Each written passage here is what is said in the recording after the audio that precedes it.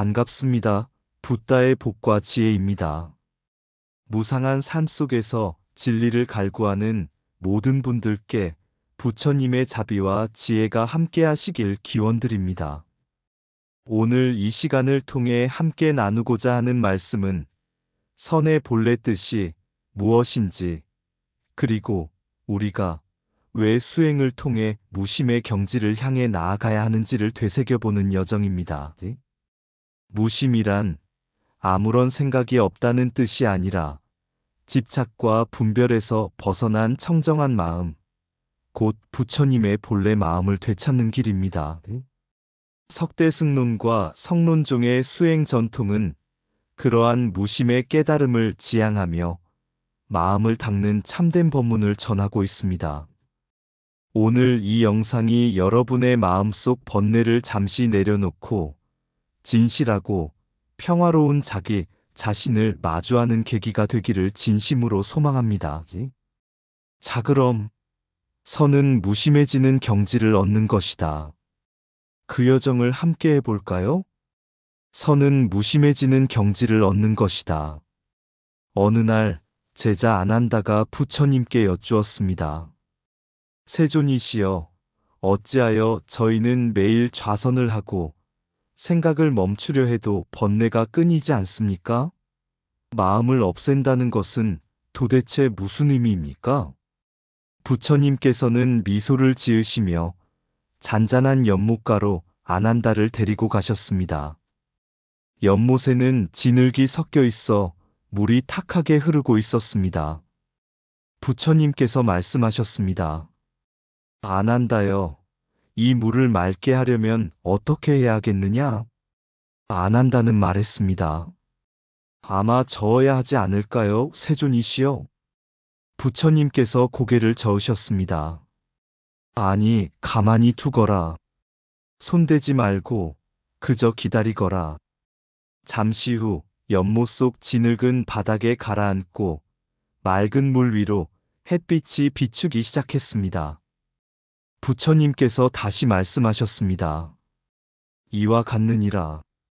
번뇌를 없애려 애쓰지 말고 그저 지켜보며 놓아주어라. 마음은 건드릴수록 흐려지고 놓을수록 맑아진다.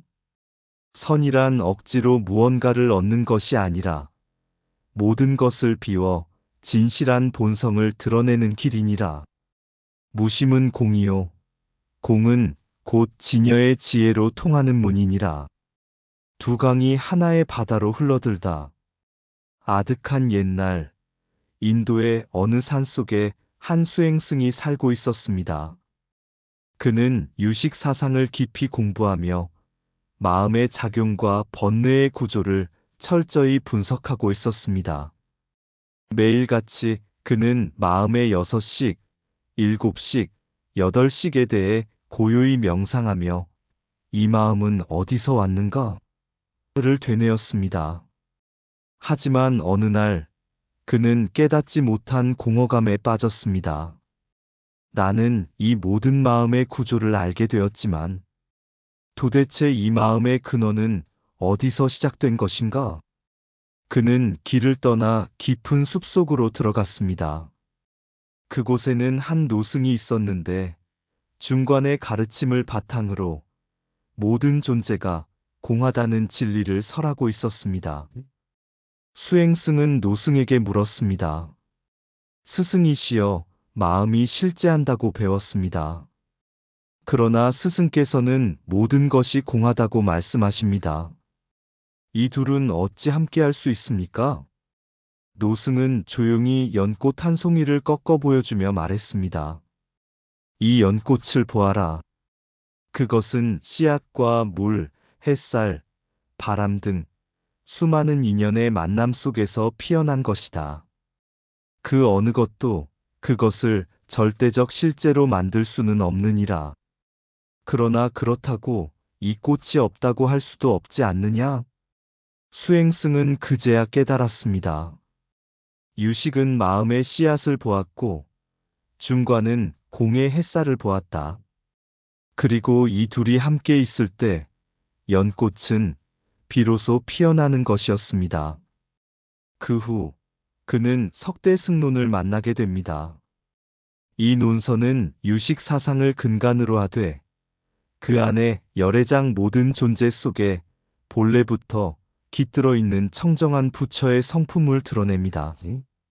그리고 중관의 공사상을 해치지 않으면서도 자비와 존재의 긍정성을 함께 아우르는 가르침이었습니다.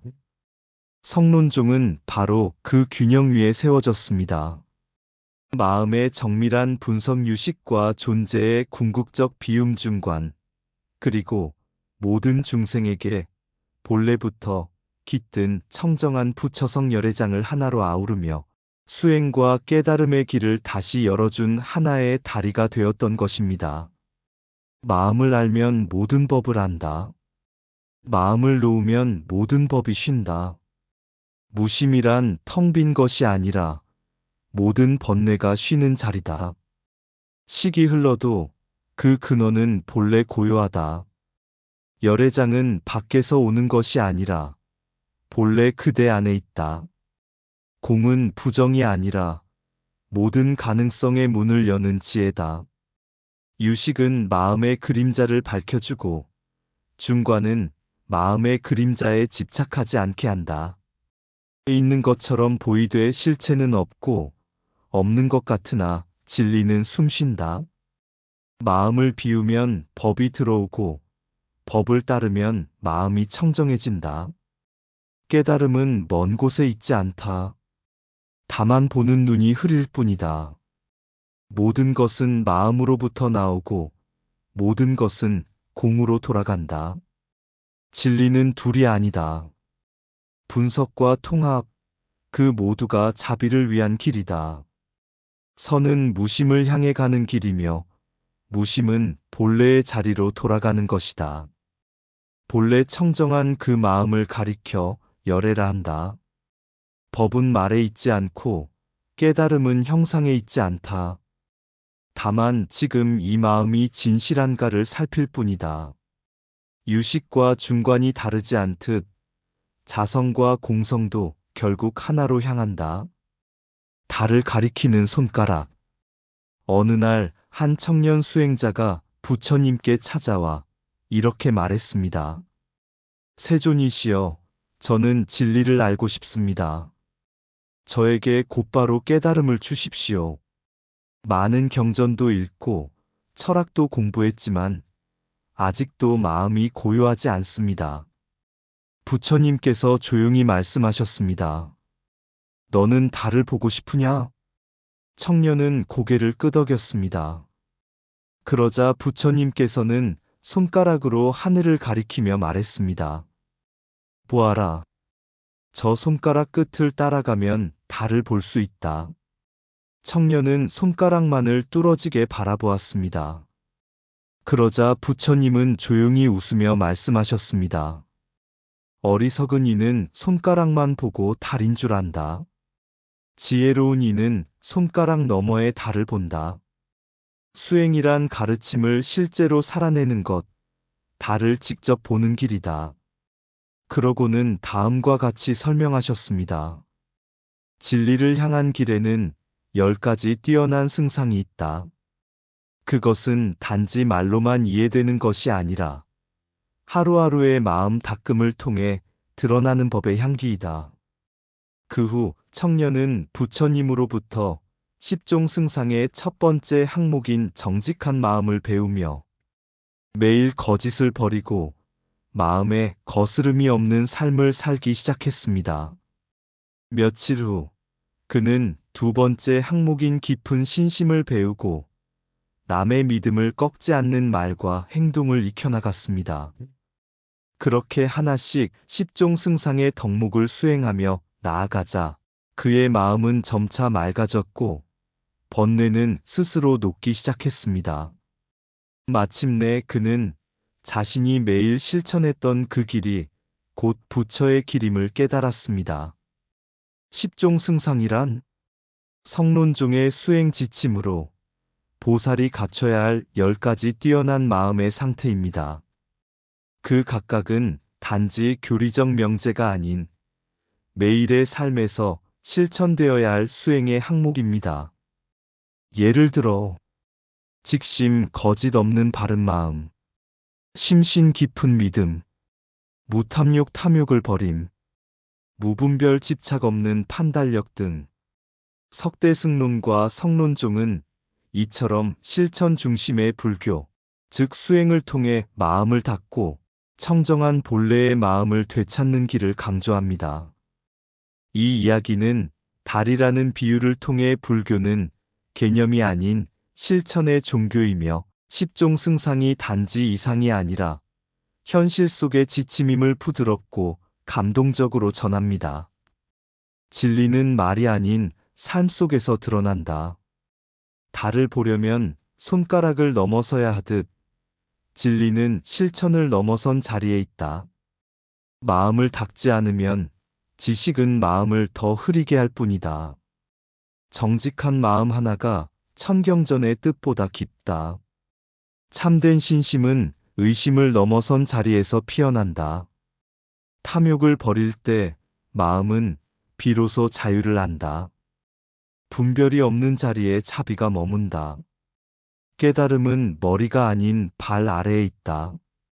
그 발걸음이 수행이다. 승상은 보살의 옷이다. 한 벌씩 입을수록 마음이 청정해진다. 작은 실천 하나가 큰 교설보다 무겁다. 진리는 정직하고 고요한 마음을 찾아온다. 수행이란 마음에 피는 꽃이다. 피우지 않으면 향기를 알 수 없다. 한 생각을 돌이키는 것이 곧 길을 바꾸는 첫걸음이다. 마음을 놓지 않으면 법도 들어올 수 없다. 승상은 이상이 아니라 오늘을 사는 방식이다. 구름 거친 하늘. 어느 날 한 스님이 세 제자에게 물었습니다. 너희는 수행의 목적이 무엇이라 생각하느냐? 첫 번째 제자는 말했습니다. 저는 마음속 의심을 꿰뚫기 위해 화두를 들고 있습니다. 순간순간 의욕을 붙잡고 그 뿌리를 뽑으려 합니다. 이 제자는 남종선의 제자였습니다. 두 번째 제자는 말했습니다.